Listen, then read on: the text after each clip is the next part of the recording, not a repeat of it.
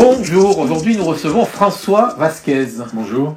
Voilà, donc merci d'avoir répondu favorablement à notre invitation. Soyez le bienvenu. Avec plaisir.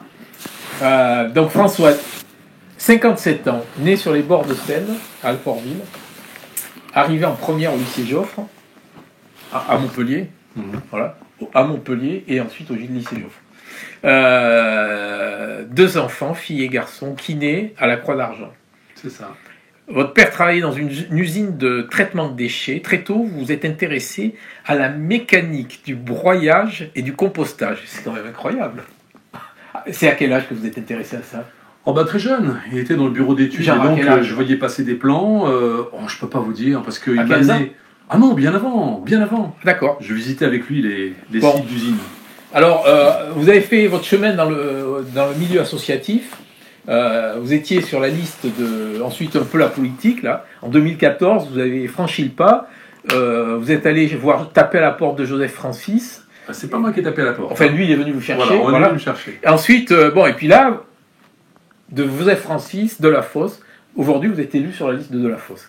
Voilà. Donc, vous êtes d'aucun mouvement politique, écologiste, mais pas chez les Verts. N'a jamais milité politiquement. Bref, vous êtes un vrai écolo, quoi. Vous n'êtes pas un politique, vous êtes un écolo. Bah, disons que je suis un écologiste de société civile, comme on dirait. Voilà, de terrain, comme on pourrait dire aussi. Donc pour la première fois, vous êtes élu. Donc à la ville, vous avez la délégation à l'agri-parc du Masnouvier. C'est pointu. Hein. Et vous êtes vice-président. Alors on vous reçoit pour ça, parce que vous êtes vice-président aux déchets. Alors métropole, tri, collecte, 0 déchet. Voilà le programme. Voilà, tri, collecte, valorisation des déchets et politique du zéro déchet. Voilà, alors votre projet c'est la politique zéro déchet, moins 40%, vous êtes plutôt du genre ambitieux, donc on vous attend au tournant, quoi. Si c'est pas 40%, les 40% c'est la fin des 6 ans. L'avantage c'est d'annoncer un échéancier. Alors bien avant cela, logiquement en 4e année, on devrait arriver à ces tonnages, à ces baisses de tonnage, si on arrive à mettre toute la politique en place assez rapidement. Donc votre engagement, c'est moins 40% au bout de 4 ans. Oui. Bah bravo. Donc on vous réinvitera dans 4 ans pour et faire on regardera, on fera les comptes. Voilà, c'est ça ce qui s'appelle une transparence. Ah oui, non mais ça c'est très bien. Et un suivi démocratique. C'est très bien. Voilà. Donc vous êtes passionné de plongée sous-marine, de lecture, de philo. C'est étonnant pour un kiné. Onfray, Rousseau, et vous aimez beaucoup la vision des auteurs antillais, entre autres Raphaël Confiant. Oui. C'est original, hein, comme association. Ah oui, c'est très éclectique. La philosophie, les Antillais, voilà. Mais il y a de la philosophie donc antillaise. Hein. Oui, mais j'aime beaucoup, c'est vrai, les auteurs antillais, Chamoiseau, Raphaël Confiant, et j'aime beaucoup les Antilles en règle générale. Et pourquoi on aime les Antillais? J'aime les Antilles parce que j'aime d'abord les Antillais, j'aime aussi leur latitude. Hein, je suis fait pour la zone tropicale, moi, au niveau des températures. J'adore la plongée sous-marine. Oui. J'adore aussi. Et puis ils ont des vraies problématiques aussi auxquelles je suis sensible. Il y a le problème du chlordécone en Martinique. Il y a un vrai problème de déchets aussi en Martinique. Oui. Et quand j'en aurai fini avec la métropole, de rétablir les déchets, pourquoi ne pas aider ces îles, Martinique, Guadeloupe et... Bon, on va y revenir sur les déchets. Voilà. Donc vous faites un peu de sport aussi. Vous faisiez du foot et du tennis. Maintenant, vous faites du vélo, comme tout le monde, quoi. Oui. Passé 50 ans, c'est vélo automatiquement. Les genoux ne permettent plus tout à fait. Les articulations ont souffert. Voilà. Alors, votre Madeleine de Proust, c'est vous retrouvez à Sanary-sur-Mer. Dans le Var. Dans le Var. Oui. C'est la nostalgie de votre enfance. Tout à fait. C'est votre lieu d'ancrage. Exactement. Voilà. Qualité, ténacité, déterminée. Défaut, impatient. Oui, c'est un défaut, parce que quand on rentre notamment dans une fonction comme la mienne, on a tendance à avoir envie, on a des idées, une volonté forte, un programme qui est déjà défini, oui. Et il faut quand même s'adapter au rythme de l'administration. Donc il faut quand même admettre le fait que tout ne se fait pas aussi vite qu'on le souhaiterait. D'accord, donc on va passer sur la une du numéro 913 de la Glorieuse, donc la prochaine une de mercredi. Là. Ça sort tous les mercredis, hein, au cas où vous auriez oublié. Donc on revient sur le rapport là, de la Chambre régionale des comptes et la gestion de Philippe Sorel de la métropole. Voilà. Ensuite, donc Sorel, là, on revient sur le maire actuel, l'encadrement des loyers. Il en a parlé ce matin au conseil municipal. Oui, il y a beaucoup de sujets qui ont été abordés en 4h30. Hein. Je ne pourrais pas vous détailler vraiment toutes les mesures. Mais... Alors nous, on parle de l'encadrement des loyers, on est allé voir les professionnels et en fait, voilà, ils tirent un peu la gueule. Donc voilà, on revient là-dessus, sur ce dossier. Ensuite, on revient au régional, toujours politique. La guerre de position entre la Rose, PS, et la Marguerite, écolo. Petite guerre de position, là. Voilà. Et ensuite, donc, un petit article aussi sur les emplois au cabinet du maire de Montpellier qui explosent, plus 360% en 5 mois. Les emplois de cabinet. Voilà. Donc François, du tac au tac, expliquez-moi pourquoi l'usine améthyste voulue par les Verts est une calamité écologique. Alors, elle a été voulue par les Verts parce qu'en fait, à l'époque, on leur avait mis un choix. Soit c'était un incinérateur, soit c'était une usine de tri mécanobiologique avec la méthanisation. La méthanisation, c'était le greenwashing industriel. À l'époque, les écologistes politiques, les Verts comme d'autres écologistes d'ailleurs, ne maîtrisaient pas forcément ce sujet, qui, comme je vous l'ai dit, est très pointu. Moi, j'y suis émergé depuis mon jeune âge, comme vous avez bien voulu le préciser au départ. Ouais. Donc voilà, l'erreur a été commise en pensant qu'on échappait à un incinérateur pour quelque chose de plus vertueux. Or, sur le papier, je savais déjà que cette structure nous mènerait dans l'impasse. Chose qui s'est vérifiée pendant ces 15 années. Oui, parce que je ne l'ai pas rappelé dans votre présentation, vous avez été celui qui s'est battu contre l'usine de méthanisation au début, c'est-à-dire dans les années 2005. Voilà, 3 ans avant sa construction, j'ai dit qu'il ne fallait pas la faire. J'ai même eu un débat d'ailleurs à l'époque avec contre Jean-Louis Roumégas avec Midi Libre, c'était en 2006, voilà. Disant qu'il ne fallait pas la faire, et j'expliquais déjà ce qui allait se passer. Et si vous voulez, de 2008 Est-ce que ça s'est passé oui, ça s'est passé, puisqu'il y a eu 2 rapports de la Cour des comptes qui ont corroboré ce que j'annonçais, c'est-à-dire un échec industriel et un échec financier et environnemental. Voilà, alors l'usine de méthanisation a coûté 100 millions d'euros, 15 millions de frais par an. C'est impossible de rentabiliser un investissement comme ça. Impossible. Alors en plus avec du grand n'importe quoi, c'est-à-dire que au niveau des produits qui sont reçus à Améthyste, il y a 125 000 tonnes de poubelles grises et seulement 1700 tonnes de déchets triés, c'est-à-dire 1% de déchets triés. Exactement. C'est ce que j'annonçais. C'est catastrophique. Exact. C'est ce que j'annonçais en fait avant sa construction. Je disais qu'on ne pouvait pas mettre une usine de tri en fonctionnement sans pénaliser le tri à la source. C'était une évidence, c'était antinomique. Et donc, en faisant une usine de tri, on a empêché le tri à la source de tous les flux, voilà. C'est-à-dire du verre, mais notamment des biodéchets. Donc maintenant, notre but, c'est de mettre ce tri à la source en premier lieu, et de baisser les tonnages d'ordures, de poubelles grises, c'est-à-dire les ordures mélangées, de baisser ce tonnage entrant à Améthyste qui nous coûte une fortune. Alors, est-ce qu'il ne faudrait pas faire comme l'eau et revenir à une gestion directe ? On ne ferait pas des économies là, parce que... Eh bien, c'est une gestion directe. Celle que je propose là, dans cette politique zéro déchet, c'est justement cela. C'est le fait de dire, par exemple, les biodéchets, les restes de repas, vous savez, les restes humides de repas, les épluchures, tout ce qui reste de repas humides, c'est 40% de la poubelle. Si on arrive à les composter in situ, c'est-à-dire dans un composteur individuel ou collectif, ou qu'on les met dans un bioseau pour que ce soit collecté par la collectivité, on enlève 40% de la poubelle grise. Rendez-vous compte, on divise presque par 2 notre facture au niveau de la poubelle grise. Donc voilà, il faut remettre le bon sens en avant.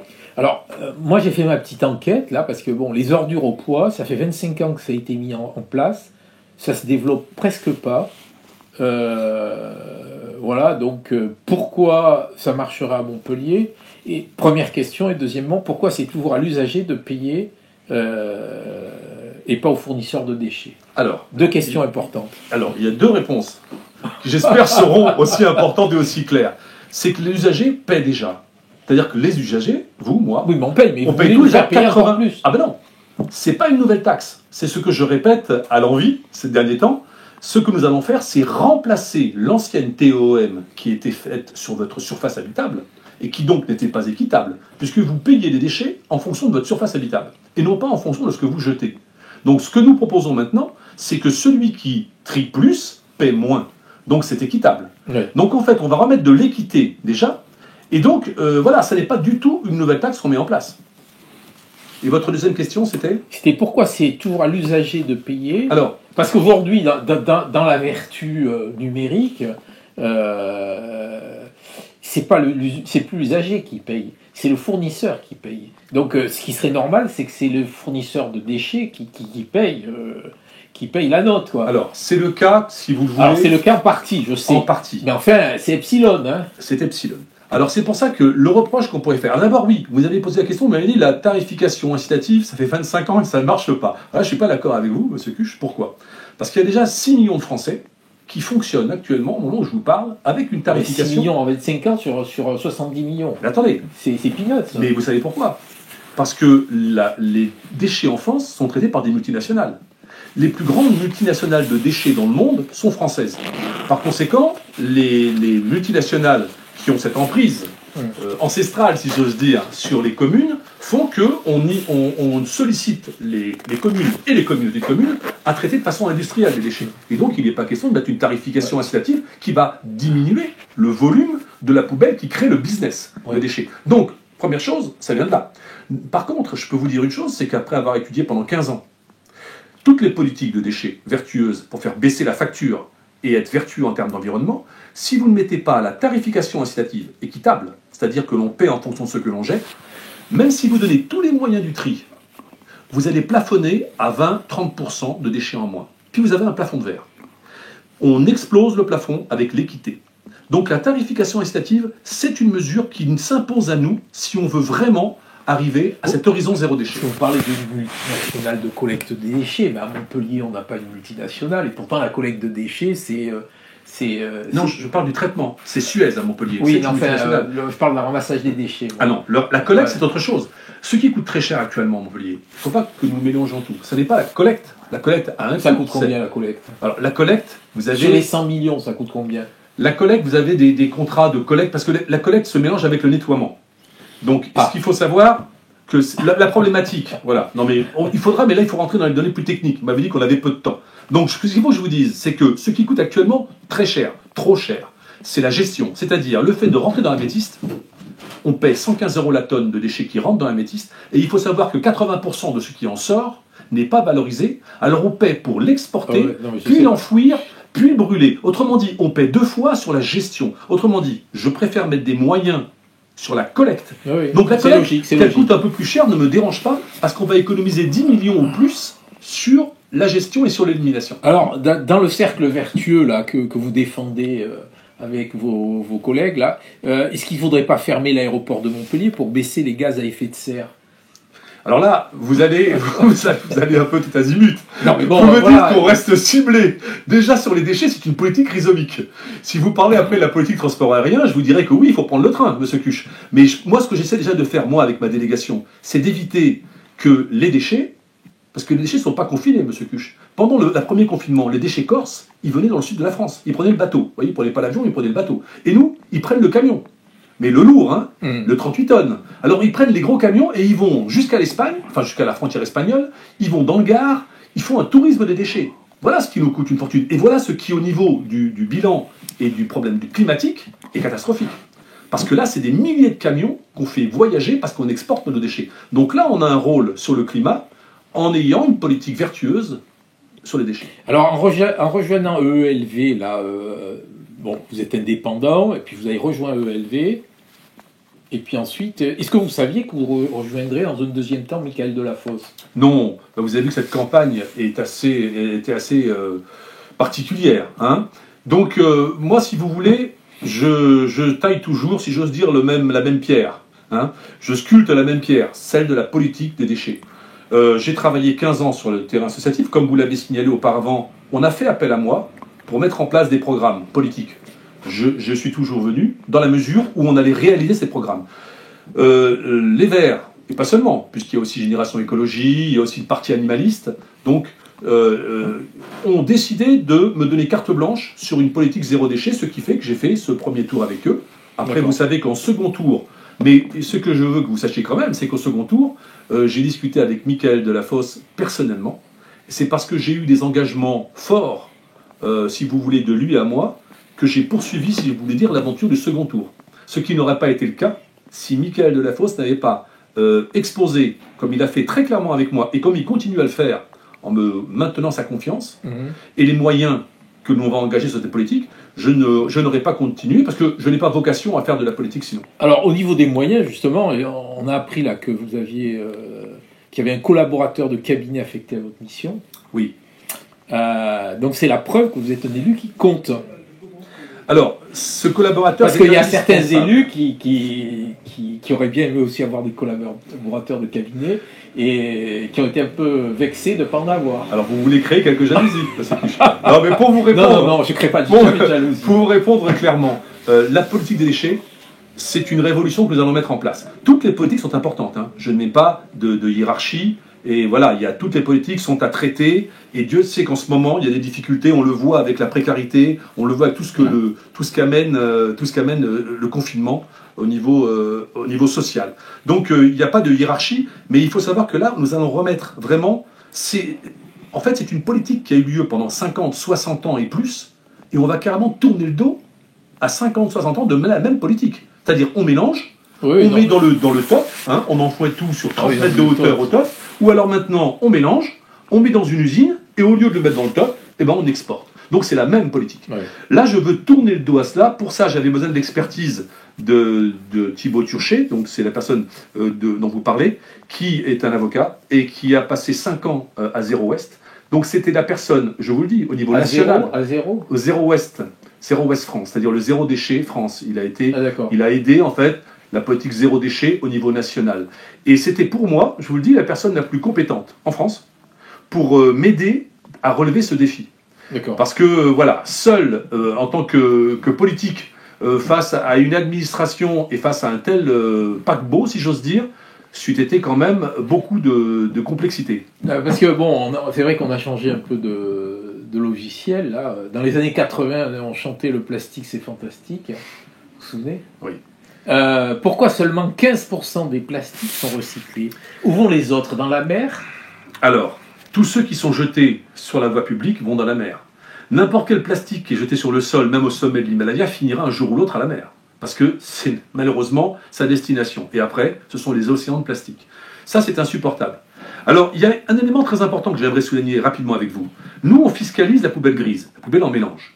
Alors certains disent, mais alors la poubelle jaune, du coup, vous la laissez filer, on pourrait mettre autant de plastique que l'on veut, et vous ne sanctionnez pas, si j'ose dire, cette poubelle jaune. Mais pas du tout.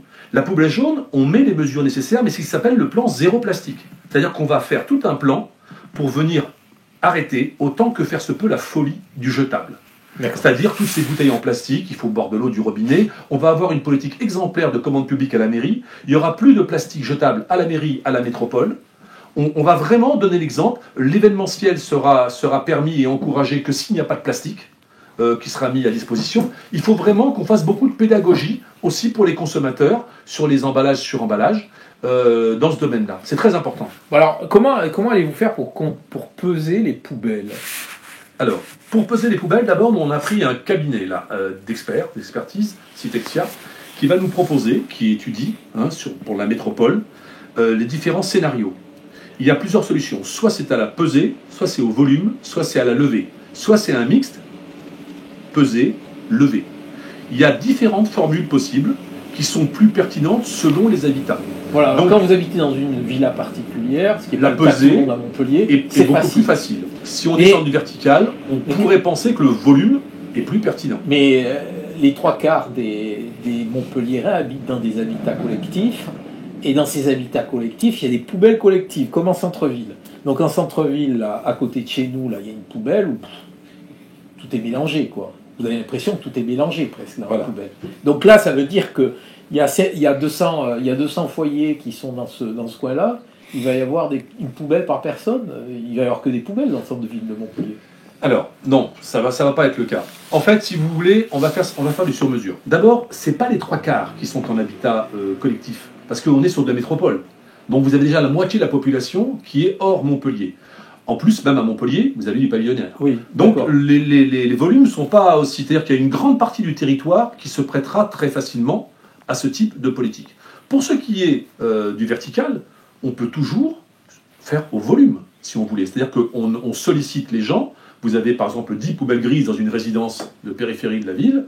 Et ben, si vous n'avez plus que 7 poubelles, et ben, du coup vous paierez moins pour la collectivité, pour l'ensemble. C'est-à-dire que si vous triez, vous mettez moins de déchets dans la poubelle grise. Pourquoi? Parce qu'on va vous donner tous les moyens de mettre les biodéchets d'un côté, de mettre les déchets recyclables secs dans la poubelle jaune, et on va multiplier les points d'apport pour que le vert ne soit plus ou non plus dans la poubelle grise. Comprenez actuellement Quelle est la part du verre qui est dans les poubelles grises? Très importante. Vous savez qu'actuellement, on ne trie que 23 kilos par habitant et par an dans la métropole de Montpellier, alors qu'à Pézenas, par exemple, ils en trient 40 kilos.